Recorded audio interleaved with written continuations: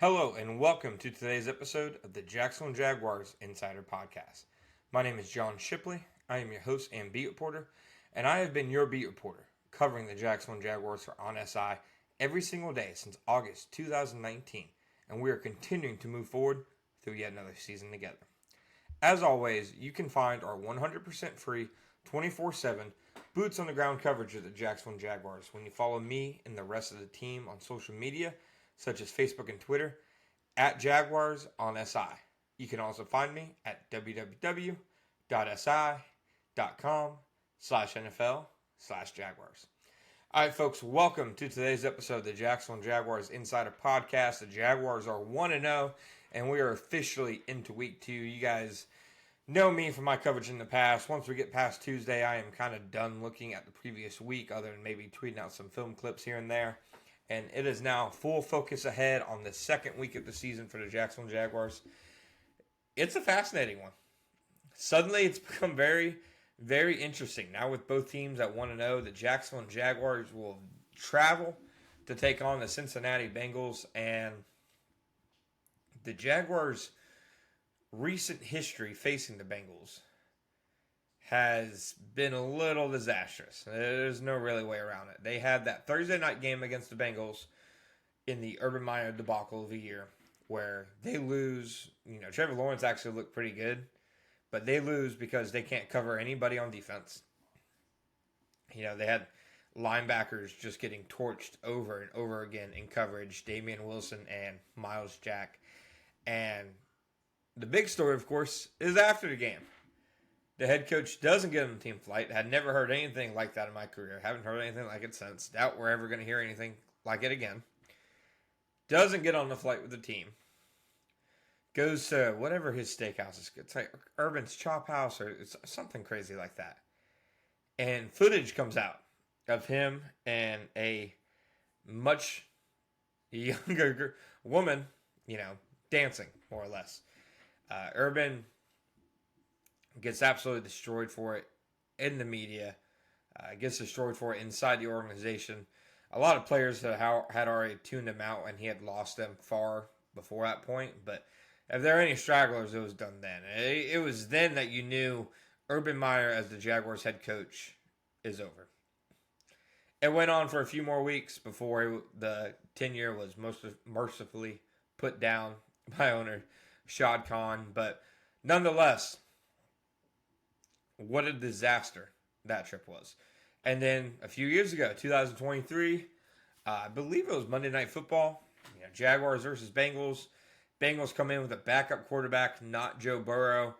The Jaguars were 8-3 at the time. I believe if they won that game, they would have had the 1 seed heading into the next week in the AFC. The Jaguars were rolling. They had just beat a good and surging Houston Texans team in a great game in Houston. Really the last great game the Jaguars played, in my opinion. In terms of, it felt like an important game.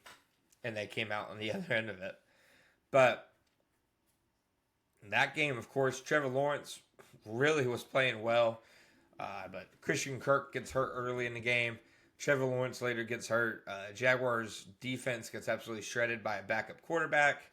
And that kind of spelled the end for the 2023 season and for the tenure of defensive coordinator Mike Caldwell, who, him and his staff, of course, would get replaced by Ryan Nielsen and his staff, and that lasted, well, as long as it did. So, now, the Jaguars are turning the page to 2025, Week 2, versus Cincinnati Bengals. If the Jaguars can win this game, and we will talk about the matchup all week, but if the Jaguars can win this game,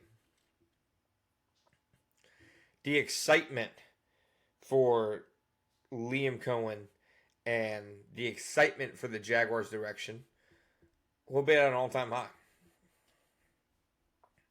It really will, because regardless of how the Bengals looked in Week 1, and they did not look good, they are still seen as like a premier threat in the AFC, even if they weren't or haven't been a threat in the AFC for the last couple of seasons. They have one of the faces of the league at quarterback in Joe Burrow. Guys, this is a monumental game. And if they lose, you're 1-1. You lose to Joe Burrow. You got a big game in Week 3 against the Houston Texans. That's one of the things I love about NFL and football in general. All week you prepare, all week you talk, all week you think about this one specific opponent, and then once that whistle's blown, it's over. And in 7 days, you got another one. And I think, for the Jaguars, right now, optimism is really high. I think it's high inside the building. I think it's high outside the building. I told you guys last week my vibe from the locker room was these guys trust what they're doing. They think that they are being told the right things and being put in good positions. They aren't questioning much. And I could tell in past locker rooms that was a big case. They weren't necessarily buying what the staff was selling. And leading into week 1, I had felt like the Jaguars had been totally buying it. And then you win the way you do in week 1. You rush for 200 yards. Your quarterback only gets touched once. He forced 3 turnovers. Would have been 4 if not for a penalty. They have reason now to believe even further in what they're doing. So, big-time matchup. Now, a couple things about the matchup. I think that Trevor Lawrence in the passing game, in this high profile of a matchup, have to look better. I think Trevor Lawrence had some really bright spots on Sunday, made some really impressive throws, particularly over the middle. But the inefficiency targeting his best player in Brian Thomas was a legitimate total issue. And that had been an issue all training camp. It had. We had told you guys over and over again. And I'm not willing to say this is wrong yet because we only have a 1-game sample size, but it was a really rough game for that connection. But I said over the course of this training camp, while Brian Thomas Jr. and Trevor Lawrence were struggling to get on the same page, that we had seen similar things a year ago, and then the season happened, and they really didn't have many issues. Trevor Lawrence and Brian Thomas had a great season together last year before Trevor got hurt.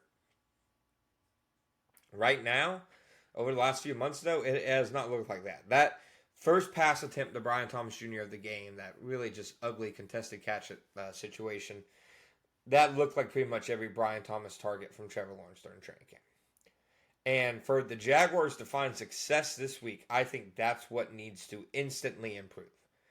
Like that to me, outside the penalties, was the biggest red flag of week 1. And frankly, Trevor, throwing everybody else, didn't really have many notable misses. I'm struggling to think of what his other misses even were outside of the 6 times that he missed Brian Thomas Jr. when targeting him. So, obviously, that needs to improve. Fascinated to see the running back situation yet again. We all know now, with Tank Bigsby gone, Travis Etienne is the lead back. Bashal Tune behind him. LaQuint Allen is the third down back. But I think it'd be interesting to see Tune get a few more carries. The offensive line played well, but I think they're playing a much better defensive line this week than they played last week. I think last week was probably one of the worst fronts they're going to play this year. Every defensive line in the NFL more or less has a dude on it who just quite simply is a terror to block all game. For the Panthers, it's Derek Brown. Outside of Derek Brown, though, the Panthers really didn't have much that challenged the Jaguars' offense. I think Trey Hendrickson's a challenge. I think they have some other depth guys. I think, the interior defensive line is better overall than the Panthers' interior defensive line. And then Shamar Stewart really had an encouraging first game. So, for me, I think the Jaguars can create a lot of noise, earn a lot of early respect from around the league with a win, but there's just a couple things that they have to show, that they have to prove, that they have to improve to make it happen. But we have officially turned the page, folks, to week 2. Please make sure you stick around with us all week long as we, preview the Cincinnati Bengals, talk about this matchup. We will be talking to players in the locker room throughout this week about this matchup. Some guys who have played the Bengals quite a bit over their careers. There's a couple guys who have been on this team for both those recent losses. Tyson Campbell is one of them, obviously. Walker Little is one of them. There's Logan Cook's one of them. It's a number of guys who have seen both those losses happen who I'm sure would like to see an opposite result on Sunday. Thank you guys for listening. My name is John Shipley. We'll see you next time.